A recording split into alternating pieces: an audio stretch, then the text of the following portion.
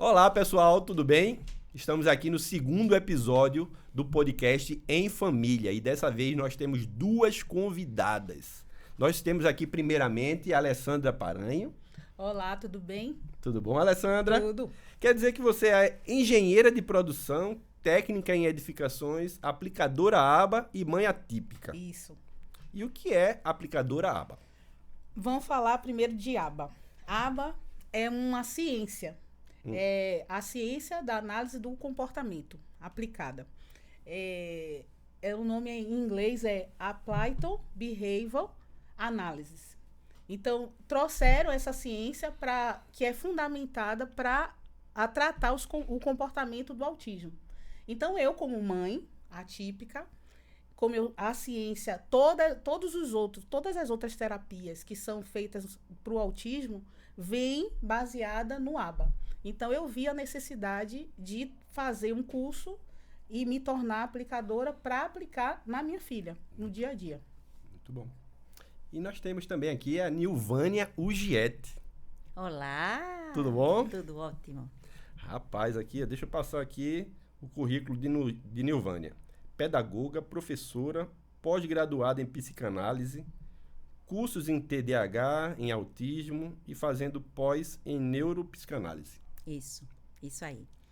A mente humana, né? Vamos aí estudar mais um pouquinho da mente humana, que é extraordinário. E ela é engenheira de quê, Alessandra? Engenheira da mente. Engenheira da mente. Essa é boa. Com Engenheiro certeza. da mente é bom. Estudar. É muita matemática aí. Para entrar na mente humana. Vamos começar quente? Vamos. Vamos já começar assim, Vamos alto embora. nível? Vamos lá. Então eu vou trazer uma pergunta e eu quero que cada uma responda separado, que é o seguinte: o que vocês entendem por inclusão e intolerância? Pode começar, Lê. Como mãe de autista, você quer mesmo? Sim. Ó. Pronto. Inclusão. Inclusão, a gente pode falar de você receber, de acolher, não só a criança autista, qualquer pessoa com deficiência, como igual.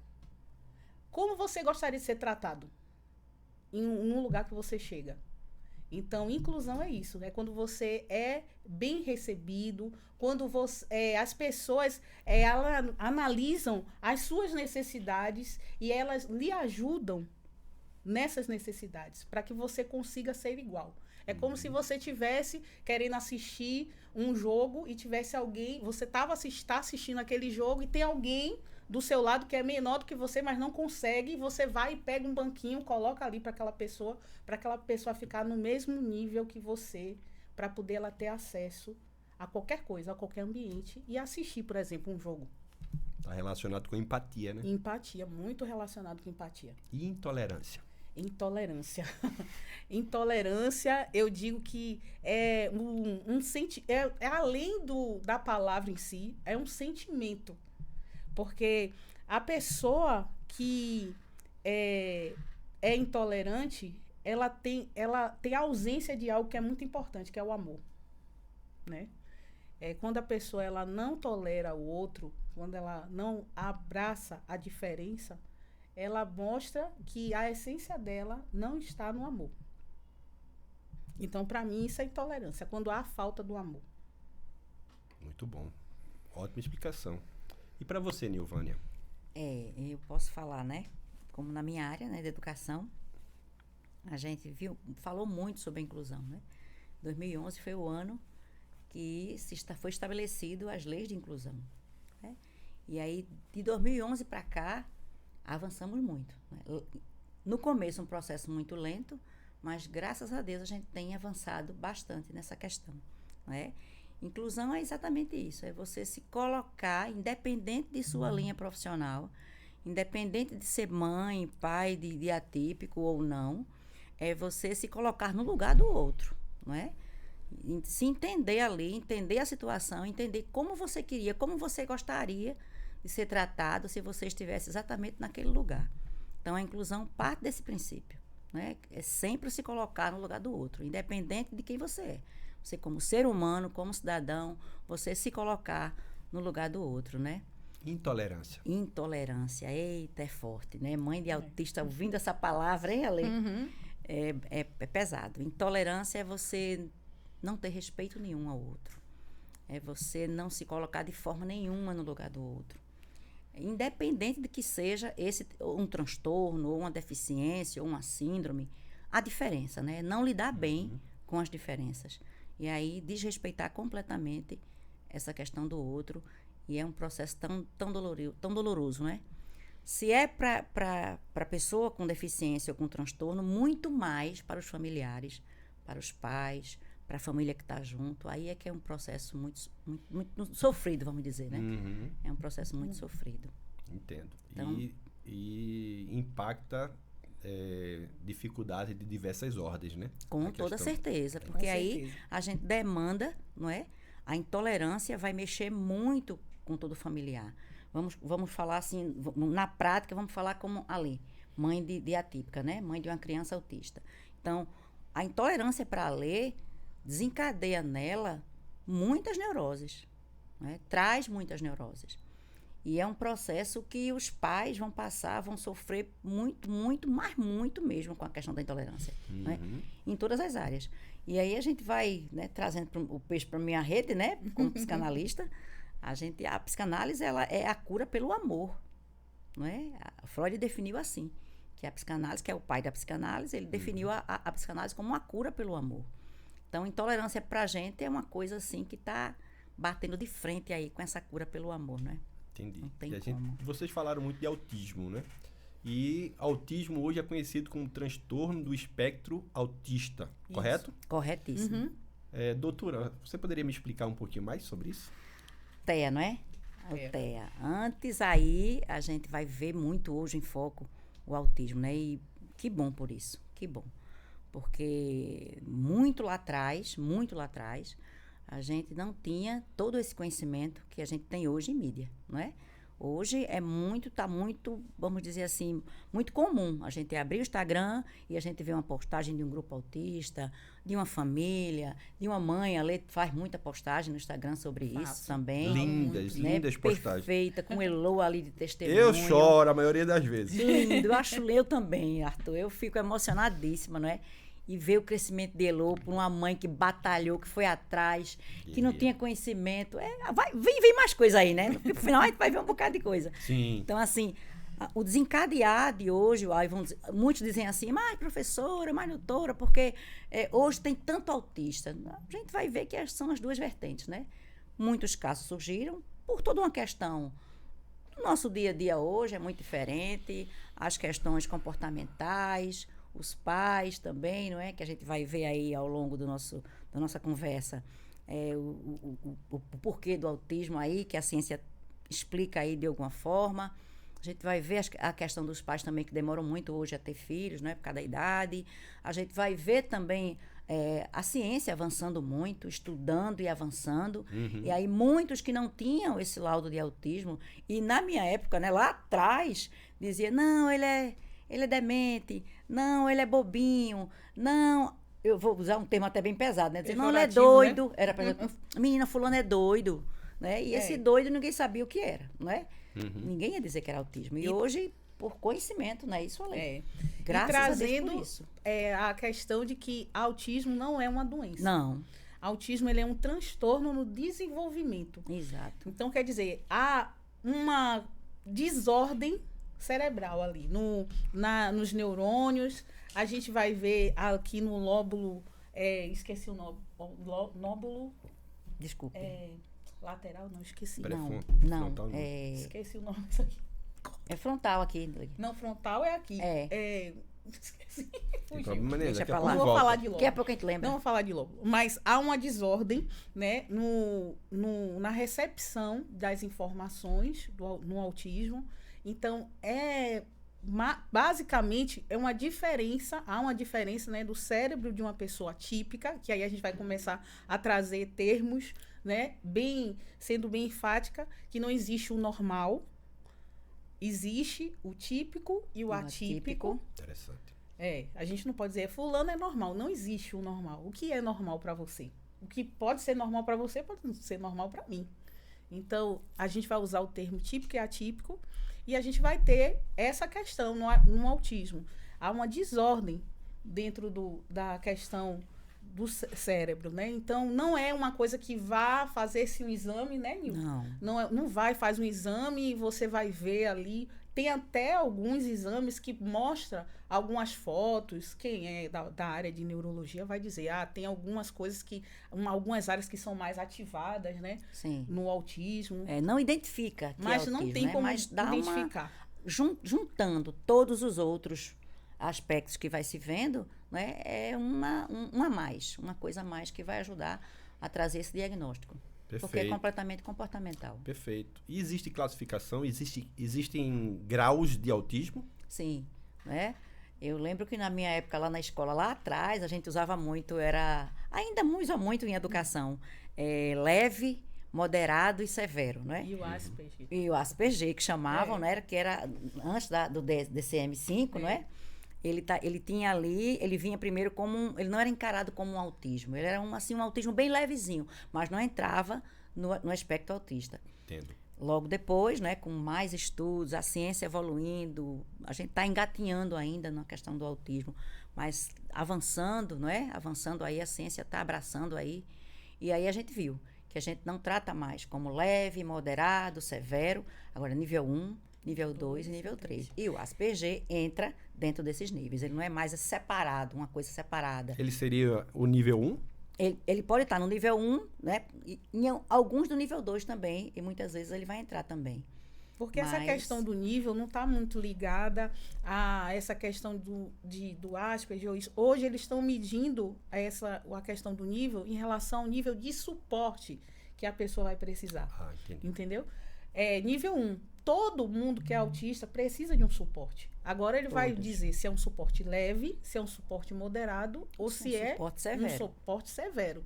Se a pessoa precisa de auxílio para coisas básicas, como calçar o sapato, se vestir, entendeu? Tomar um banho. Então vamos falar de sintomas, né? Sim. Uhum.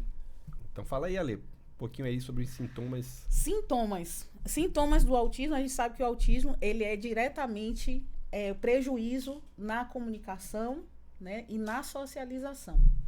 Então, há uma tríade aí do autismo, que é comunicação, a socialização, e o autismo, ele é muito ligado ao social também. A primeira coisa que eu identifiquei, por exemplo, na minha filha, muito novinha, era que ela não me olhava nos olhos. Como mãe, qualquer mãe, né, sabe que o vínculo maior do filho é com essa mãe. Assim que nasce, cheiro, o vínculo é o olhar. Né? Primeira coisa, o que o filho busca é o olhar da mãe, é o cheiro da mãe. Então, assim, Heloísa, ela ia para qualquer pessoa. No caso, vou falar da minha filha, né, que é a experiência maior. Ela ia para qualquer pessoa, ela não me olhava nos olhos no momento da amamentação, que é um elo tão lindo ali. É a fase que a criança ainda entende, o bebê ainda entende que é um corpo só. Quando nasce, ele não sabe ainda que a mãe é um corpo e ele é outro corpo, né? Então, para ele é um corpo só. Então, o único foco que ele faz visual é fundamental. É fundamental. E não havia esse contato visual. Então, há esse prejuízo na socialização já desde o início. Então, foi quando eu comecei a ligar, vamos dizer assim, um farol, né, sobre essa questão de Heloísa ser ou não autista. Entendi. Deixa eu ver aqui, o que a gente vai falar agora. A gente tá falando aí sobre sinais, né? Então tem dificuldades na fala, na linguagem, na comunicação, né? E como é que a gente faz um diagnóstico de autismo? Diagnóstico de autismo. Quem faz o diagnóstico de autismo, né? Como autismo, a gente disse, não tem exame, ele é comportamental. Então, primeira pessoa que vai começar a enxergar essas coisas, né? Vamos dizer assim, os sinais são os pais.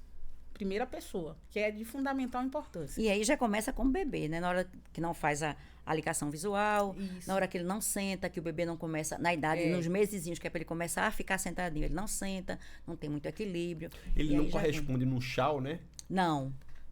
Ele não não dá percebe. choque. Não, que normalmente os bebês fazem em nível de comunicação primária, Porque eles não fazem, né? a socialização é isso, é uma troca, É. né? Então, a criança, ela aprende por imitação. Você começa a ver que a criança não vai atingindo aqueles marcos do crescimento. Quem é mãe, né, recebe um cartãozinho de vacina, naquele cartãozinho de vacina vem dizendo, de 0 a 2 meses faz isso, isso e isso. De 2 meses a tantos meses faz isso, isso e isso. A mãe vai começar a enxergar que ela não vai atingindo aqueles marcos. Entendeu? E a questão da socialização, por causa desse prejuízo, a criança acaba não replicando algumas coisas que o adulto faz. A gente faz uma cócega, a criança ri, né? A primeira coisa de socialização é isso. Você faz uma cócega, brinca, ela começa a retribuir, né? Essa socialização, ela retribui com um sorriso e não há essa troca. Os 4 meses Então, a gente por começa isso aquela que não brincadeirinha existe o chau. de esconder, né? Bota a fraldinha aí, achou! Achou, Ele não faz Ele essa não consegue enxergar o correspondência. outro. Por exemplo, no caso de Heloísa, eu comecei a perceber que ela não observava quando o ambiente mudava. Quando entrava alguma pessoa diferente no ambiente. Quando eu mesma, a mãe dela, entrava e chamava ela, Elô, ela não correspondia com o olhar. Não buscava esse olhar.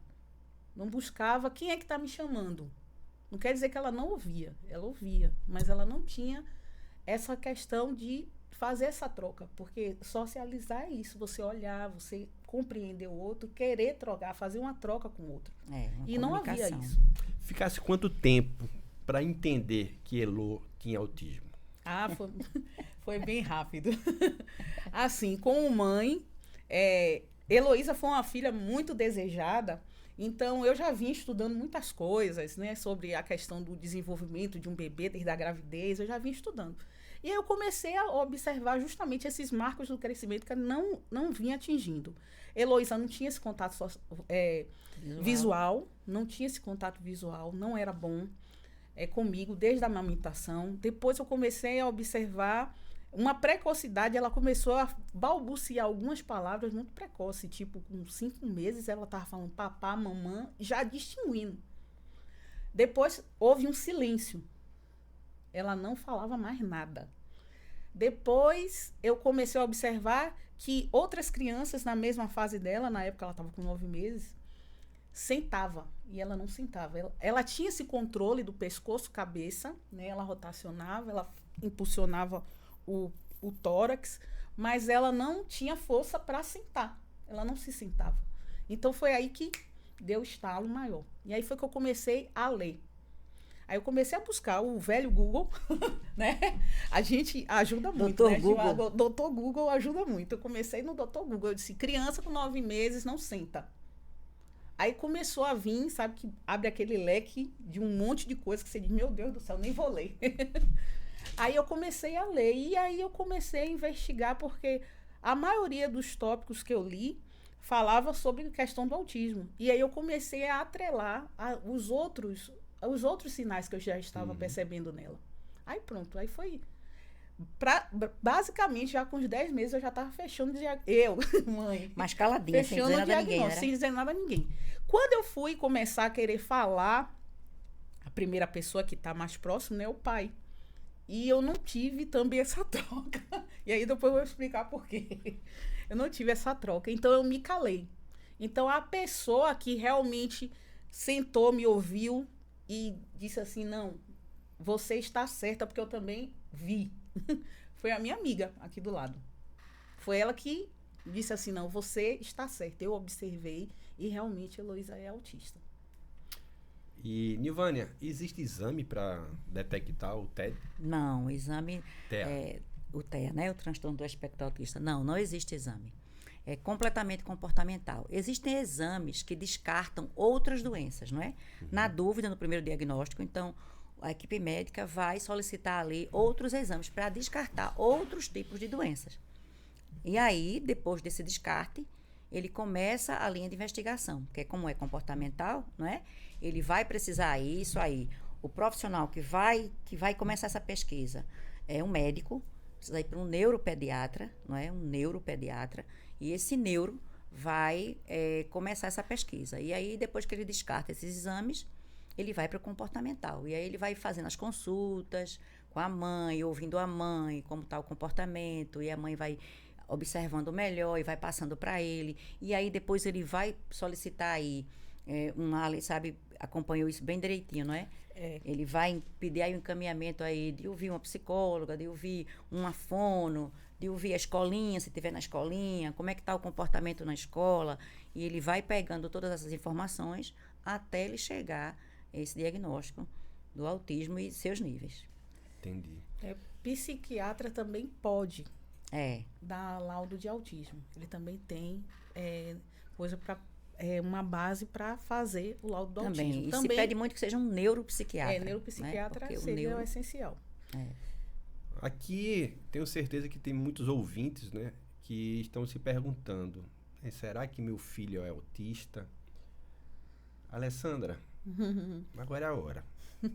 E aí, quando você chegou nesse momento, né, de parar, refletir, será que é autista, e chegou para sua amiga e ela teve confirmação, o que é que passou no teu coração e o que é que aconteceu depois disso?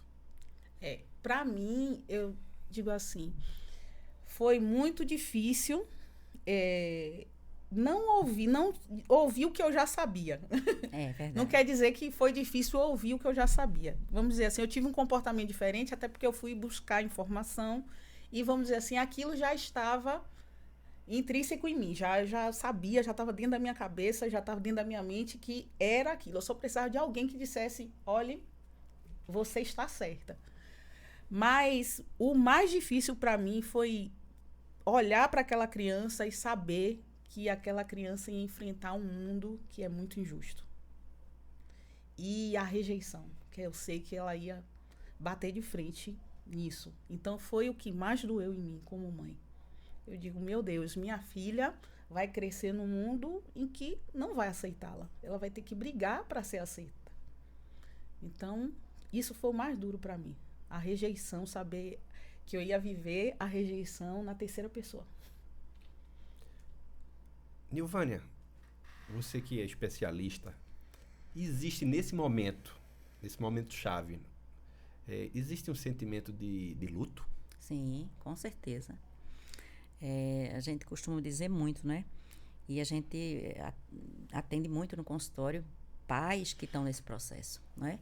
Porque eu diria que o primeiro momento mais difícil de uma criança com laudo de autismo são os pais. Até mesmo antes desse laudo, né? Porque pro pai, para ler, né? E aí, isso é maravilhoso, para ler que chegou nisso de uma forma, eu diria até fácil, mas normalmente não é assim.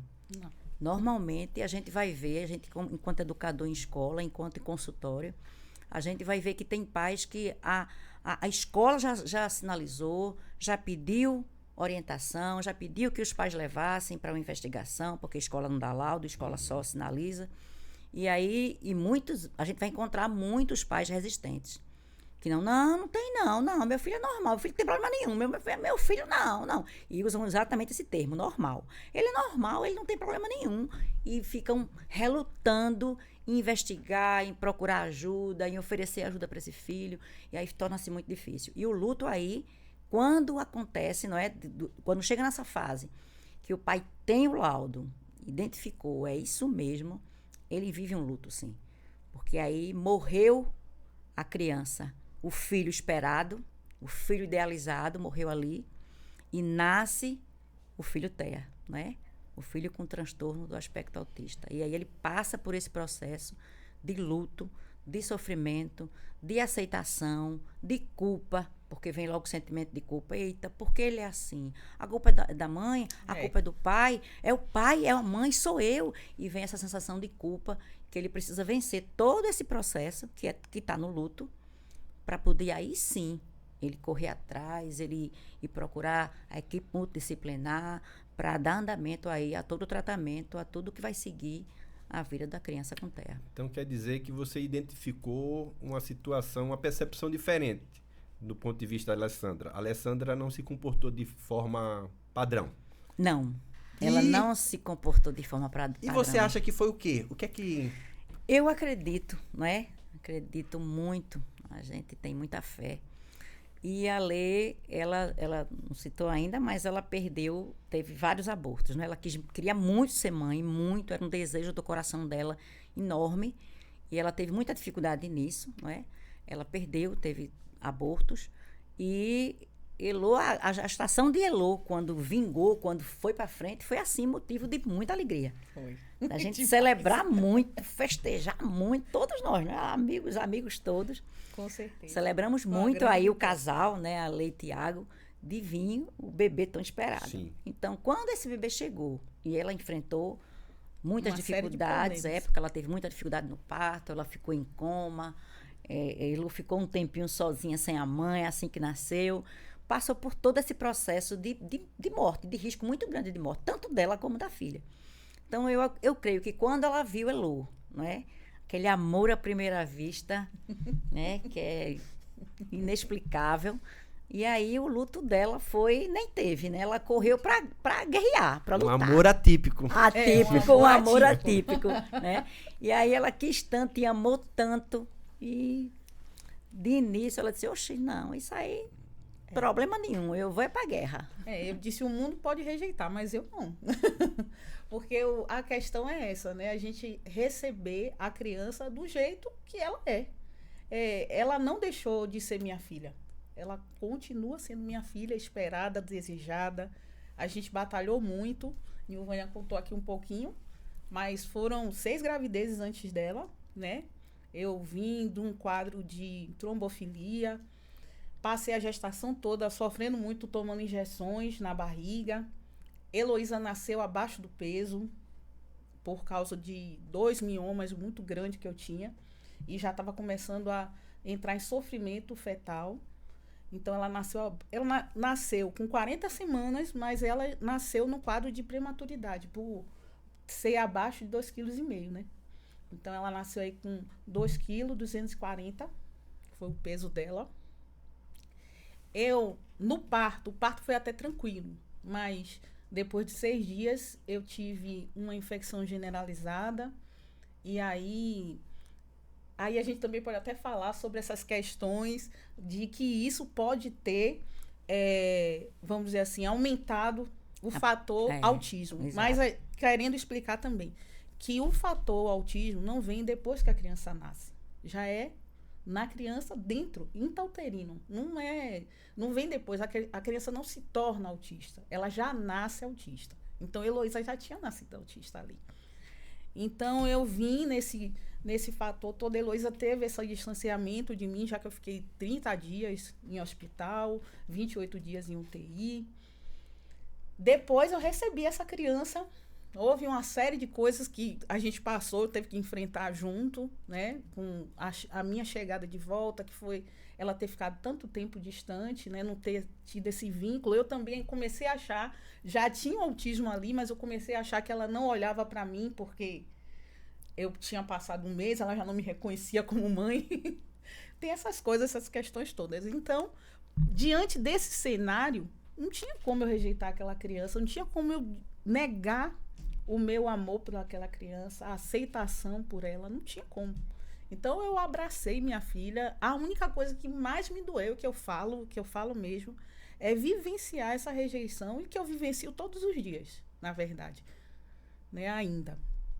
Mas a dor maior naquele momento foi essa, de olhar para ela e dizer assim, meu Deus, o que é que vai ser dessa criança, o futuro? Embargo até a voz. Eu identifico um segundo ponto-chave aí nessa vitória, aí, nessa posição, que é fé, né? Fé, com certeza. A fé me ajudou muito. E eu digo que eu passei por vários estágios da fé. Deus veio me aprimorando, né, na fé. Primeiro, para receber essa criança, né? Foram 6 gravidezes. Então, eu já havia passado por 6 lutos. Luto mesmo, de verdade, né? Realmente a criança morreu. Por isso que eu acho também que eu não passei pelo luto do autismo. Sim. Porque eu já tinha passado pelo luto real, né? De você enterrar uma criança. Então, teve esses lutos todos. Então, eu acho que isso foi fazendo com que cada dia mais eu crescesse em fé, né? E acreditasse.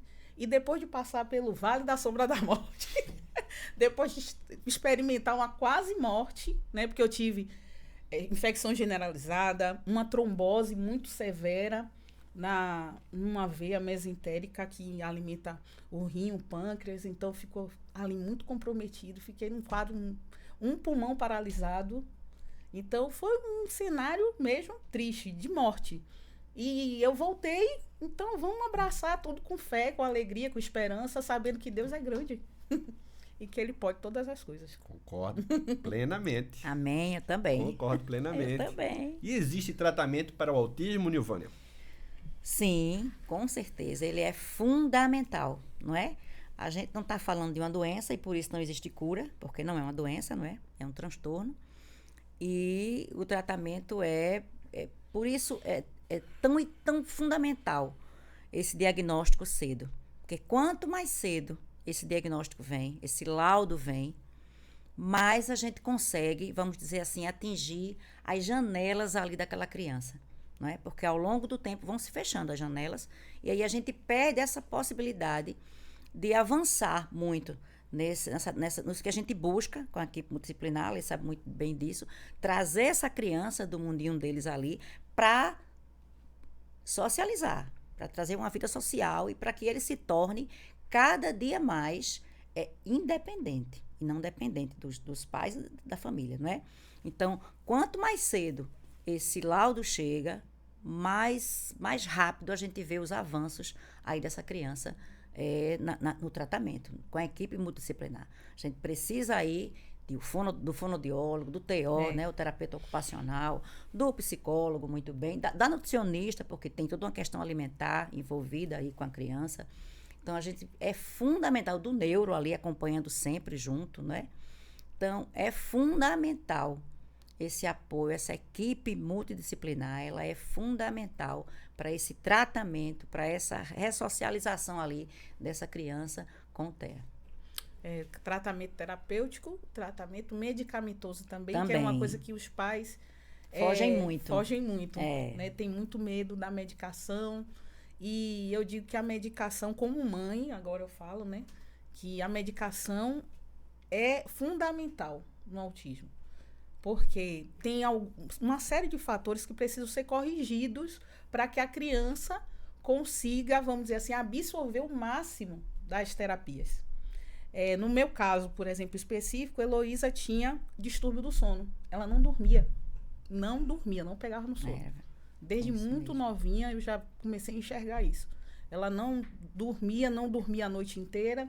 Então ela ficou uma criança muito irritada, né? Ela não conseguia aprender.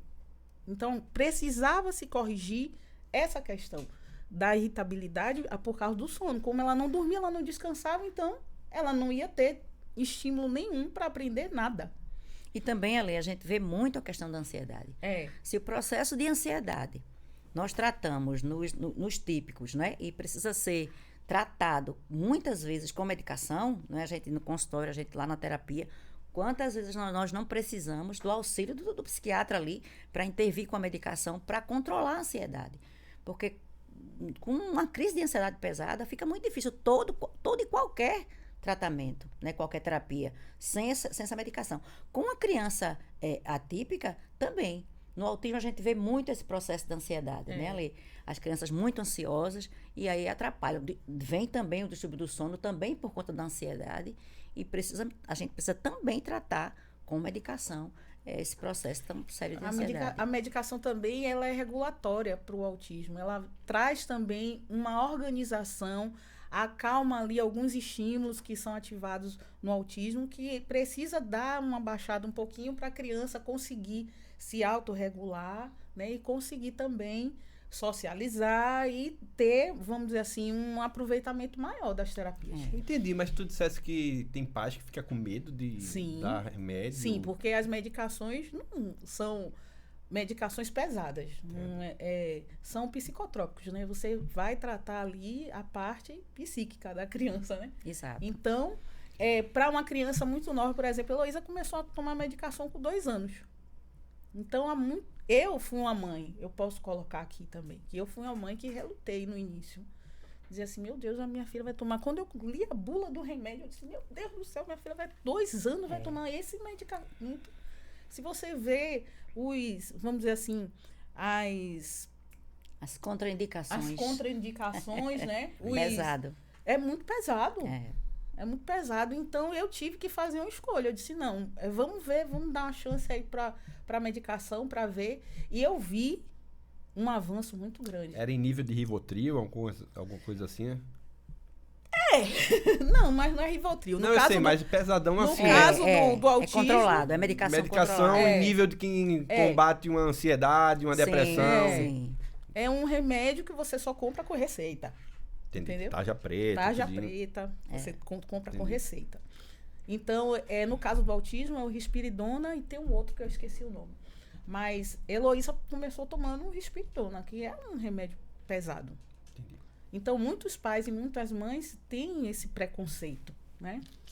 A gente tá falando de desafios. Fala mais aí sobre os maiores desafios aí dos pais. Vamos lá. São muitos desafios dos pais. Vou falar no contexto geral, muitos deles eu não vivencio, mas tem muitos que eu vivencio. A primeira questão é a questão social, né? Para os pais de crianças autistas. Quando, vamos dizer assim, tem uma criança autista, a social já vai lá para baixo. Você começa a ver um distanciamento das pessoas. Entendeu? Um distanciamento. Aquela pessoa que lhe convidava para ir para um aniversário, para ir para uma praia. Não convida mais. Já não lhe convida mais. Porque, eu acho que ela não vai, porque a filha dela faz isso, o filho dela faz isso. Então já há um distanciamento. Até também por conta do preconceito. E da questão que eu falei da intolerância. Né? Nem todo mundo tolera uma criança autista em ver alguns comportamentos, né? Então, há esse distanciamento. Depois a gente vai falar também da questão financeira. No meu caso, por exemplo, posso citar a minha pessoa. Como mãe, eu tive que fazer uma escolha. Você citou aí, eu sou engenheira, né, de produção, atuava na área, né, trabalhava, e eu tive que fazer uma escolha. Eu tive que escolher cuidar da minha filha. Porque não teria outra pessoa melhor para cuidar dela diante de todo o cenário de um autismo nível 3, né? Eu recebi esse laudo. Na época não era severo, não era ali. Ainda saiu severo. Severo. Na época não tinha nem... Não estava por não nível. Não estava nem com esse nível. É. Era severo. Autismo severo. E ainda tinha com comorbidade. as comorbidades. Aí eu vou explicar rapidinho o que é comorbidade. Comorbidade, bem assim, explicadinho, a gente pode dizer como se a criança tivesse outras doenças, mas não é. Uma pessoa, por exemplo, que tem diabetes, normalmente ela vai ter algum comprometimento nos rins, ou ela vai ter uma pressão alta, ou vai ter um problema cardíaco. Então, isso são as comorbidades trazidas pelo diabetes. No caso do autismo também é assim. No caso do autismo, a criança autista, ela pode carregar outros transtornos. Por exemplo, TDAH. TOD, TDAH, transtorno da hiperatividade, né? Da déficit de atenção e hiperatividade. TOD, transtorno opositor desafiador. Eu não conhecia.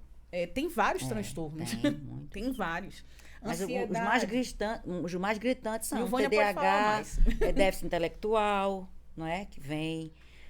O TOD, que atrapalha muito esse desenvolver das terapias. Precisa ter um controle do TOD, para que a gente, controlando o TOD, consiga aí demandar um bom andamento aí nas terapias, né? E tem tantos outros. Tantas outras comorbidades. Distúrbio do sono, que eu estava falando que a Heloísa tinha. A melatonina, né? Que tomava, lembra? Isso, muito. Tomava a medicação, melatonina, além do risperidona.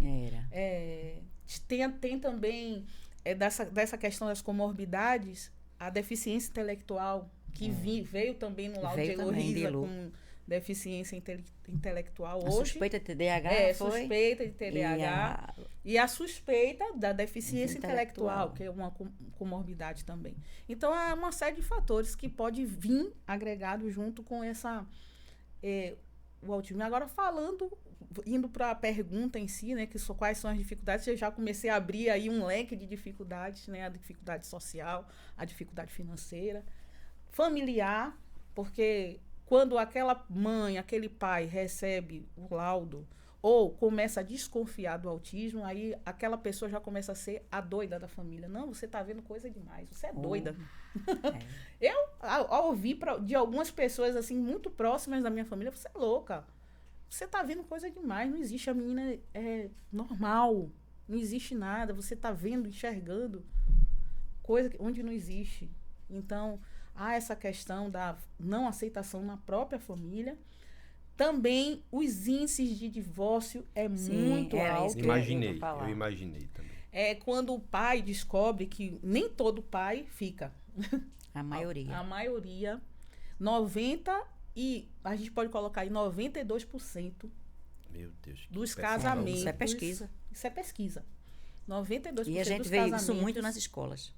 Nas escolas a gente vê muito, porque quando a gente precisa do auxílio da mãe, do pai para vir, pai mesmo separado, ele dificilmente ele vem. É um abandono, né? É um abandono.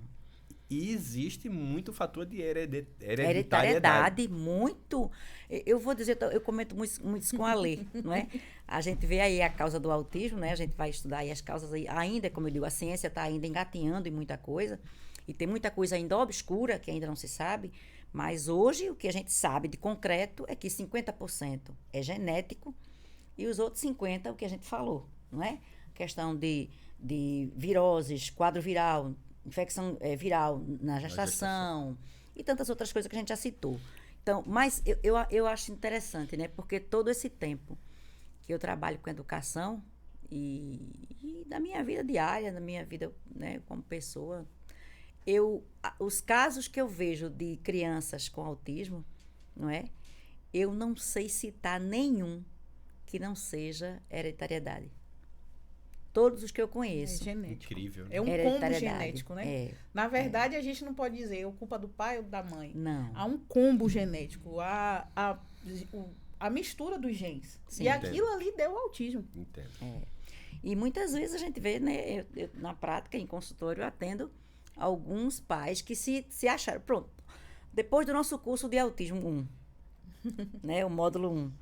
Eu tive no consultório pais de curso que estavam se achando, depois do curso, eu acho, depois do curso eu percebi que eu fiquei me lembrando que na minha infância eu tinha um comportamento, lembra, Lê? Lembro. Um comportamento muito parecido. Teve até uma mãe. Teve uma mãe que ela se viu autista. Quando a e gente ela não começou tinha. a falar. Né? Eu tenho um pai também. Eu tenho pai e também. ele veio aí e disse, olha, e agora eu faço o quê, doutora? Eu disse, olha, primeiro passo é você quer investigar? Quero. Então você vai procurar um neuro, não é?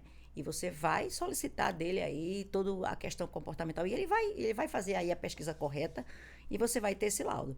E aí ela foi se achando, né, nessa criança dela com autismo, que ela foi para o curso pela criança.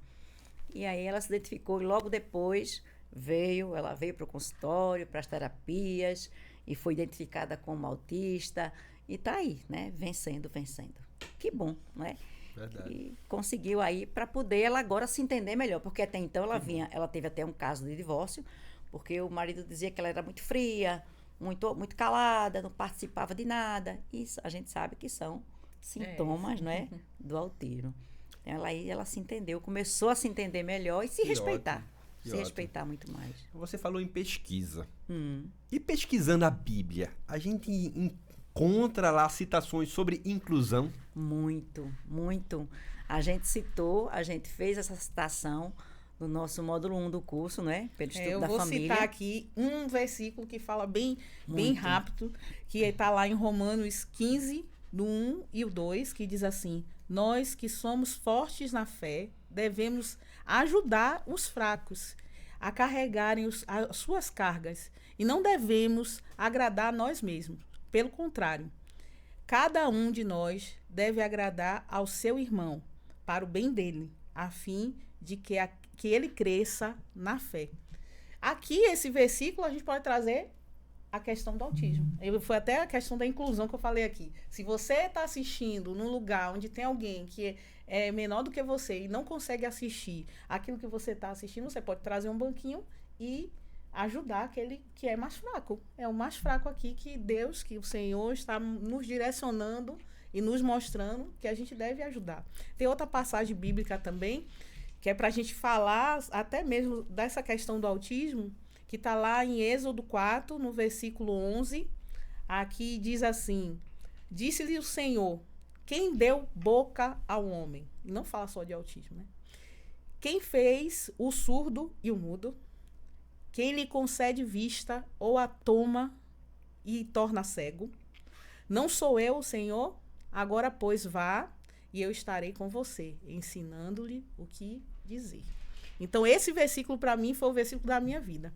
Eu tomei aquilo como... esse versículo aqui como parâmetro de entender que Deus criou todas as pessoas, inclusive a pessoa com autismo. Então, a gente tem que valorizar isso.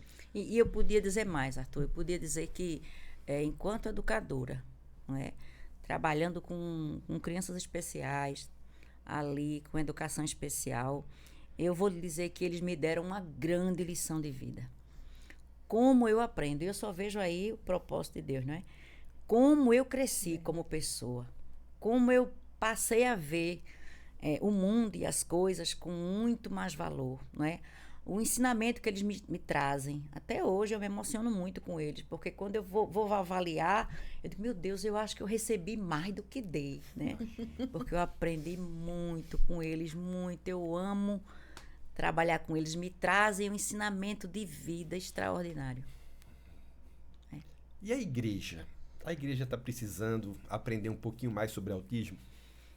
Você veja, a inclusão é um processo, quando a gente fala em inclusão como um todo, foi em 2011, não é? E eu me lembro muito, na época eu estava em sala de aula, eu me lembro muito que aí o governo deu 2 anos para essas escolas, para a educação, se capacitar para atender essa criança, para receber essa criança, né, com deficiência e transtornos.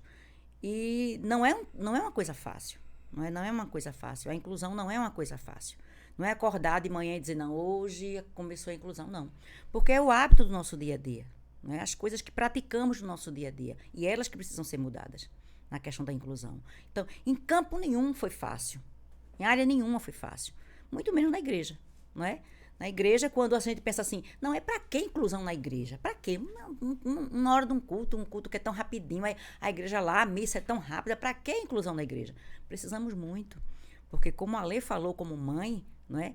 Essa família já vem de um processo de tristeza, de dor, né? De luto, de um processo difícil. Chegar num ambiente, não é? E ali, para uma igreja, não é? Católica, evangélica, chegar numa igreja que é para acolher, para receber, para ser amável, e essa criança não ser bem recebida, esses pais não seriam bem recebidos, não é? As pessoas não saberem como lidar com essa criança, e muitas vezes a gente pensa que aquela pessoa, menino fulano foi grosso. Não, às vezes a pessoa só não sabe o que fazer, e aí dá as costas, vai embora, não é? Não sei o que fazer, aquela criança é diferente, não posso tocar, eu não sei se posso tocar, se posso falar. É o medo, então, né, o medo é tão grande, e a pessoa fecha a cara assim, a pessoa diz, menina, que fulano é grosso. Não é a defesa dele.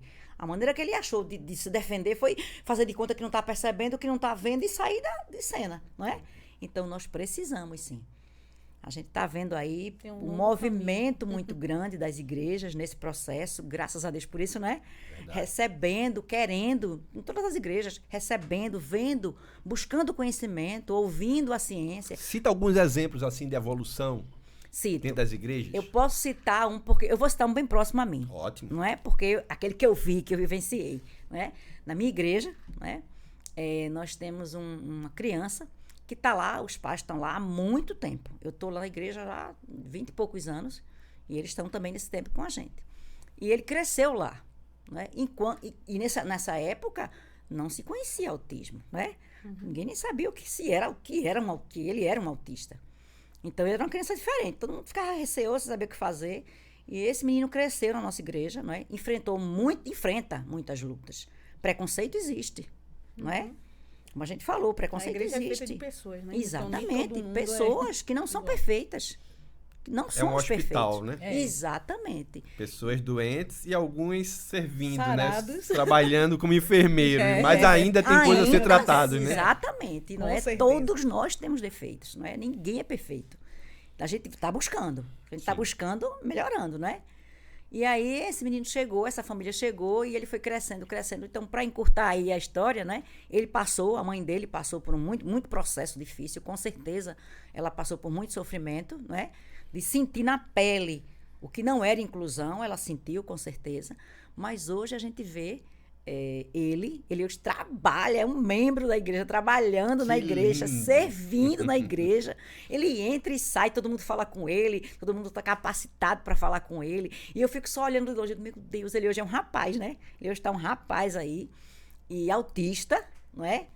E sendo colocado, está trabalhando, servindo, eu vejo ele passar, vejo ele para lá, teve o batismo a ele, fez parte também. E a gente só pode agradecer, né? E se inspirar. Verdade. Se inspirar para muito mais vir. Não é? Para a mãe dele foi muito mais difícil, porque não Muito. existia... Não. Faltava informações, né? Exato. Então, as novas mães, a igreja hoje já recebe mais pega informações. um tempo melhor, um tempo bem melhor, não é? Mais orientações. E a gente se preparando. Aí, o segundo É, módulo e aí do curso vem eu aí. acho que, além de tudo, há o desejo hoje de acolher.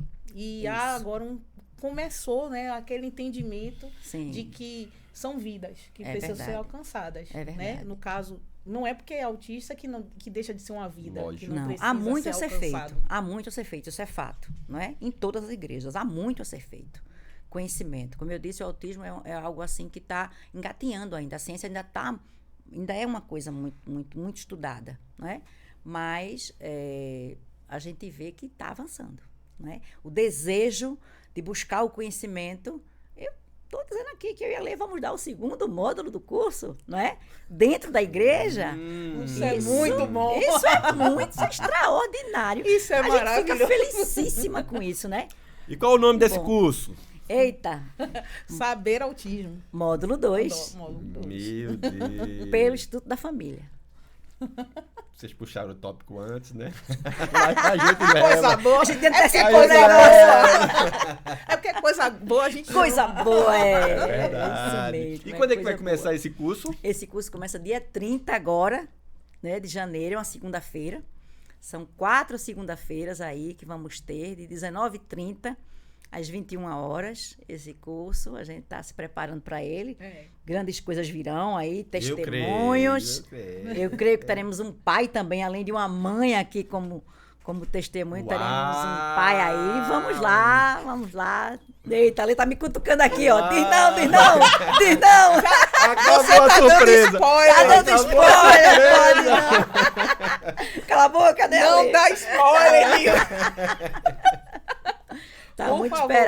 esperado. Eu vou ficar quietinha, cala a boca. Ah, mas que emoção. Eu fiquei muito emocionado agora. Eu recebi o spoiler. Eu entendi, captei a Eita, mensagem. falei. ela Preciosa falei. gurua.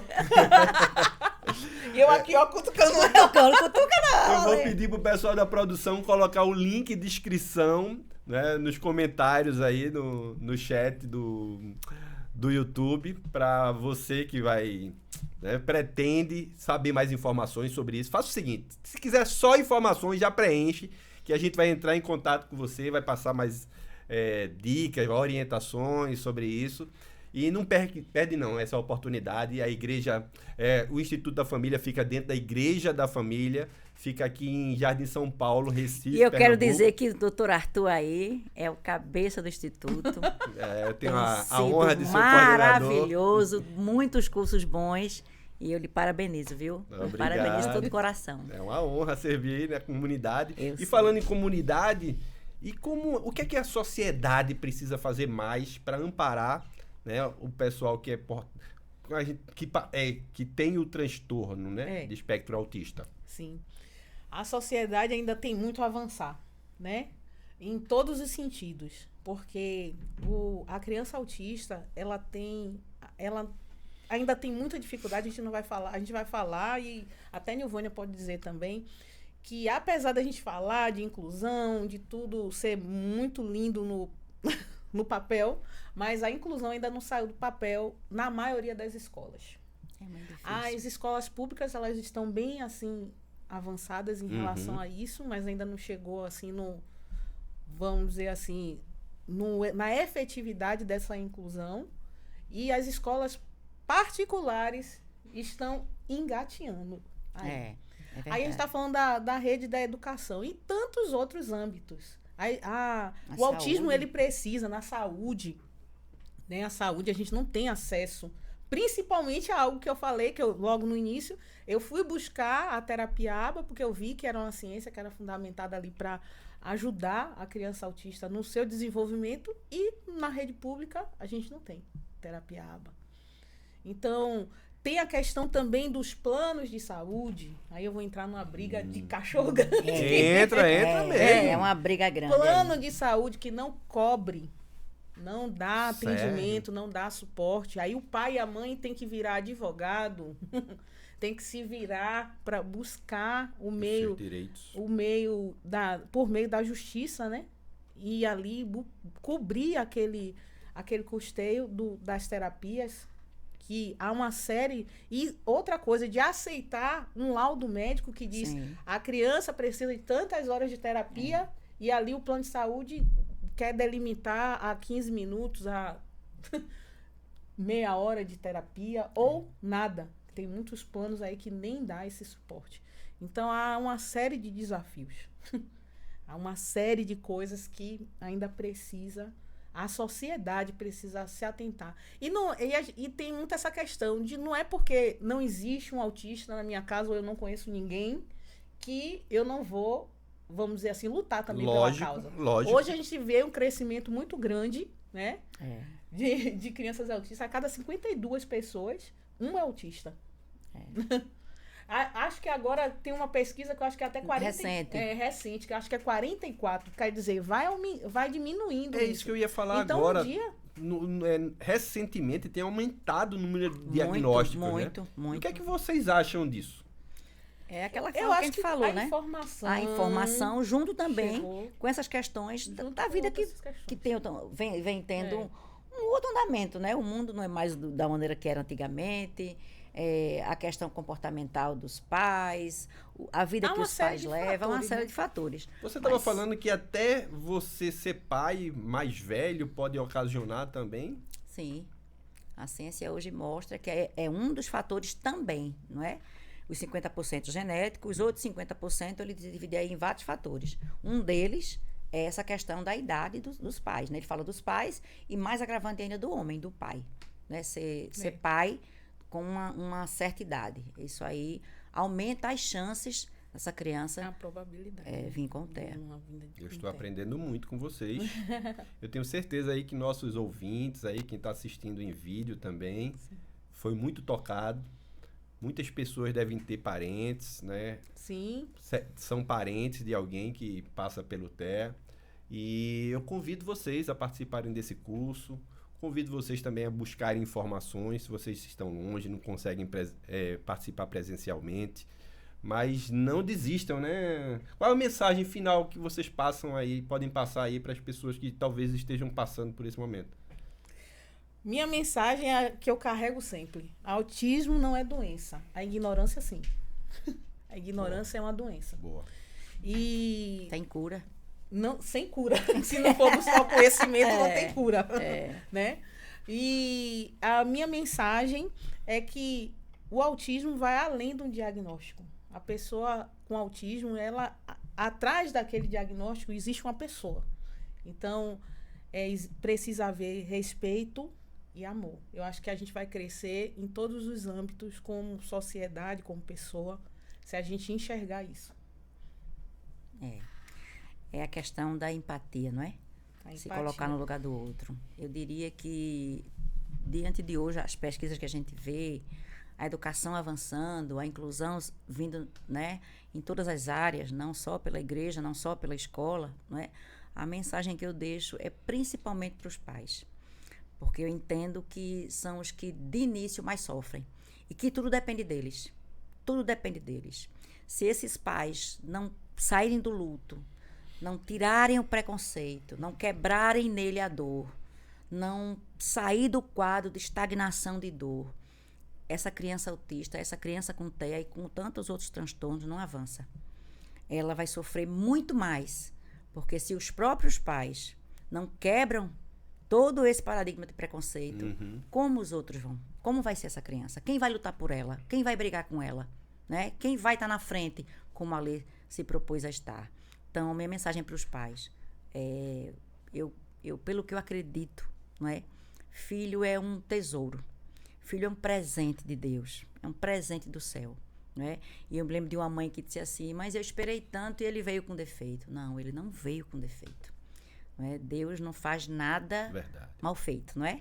Então, filho é filho, é para ser amado, cuidado, respeitado, e ele é atípico ou típico.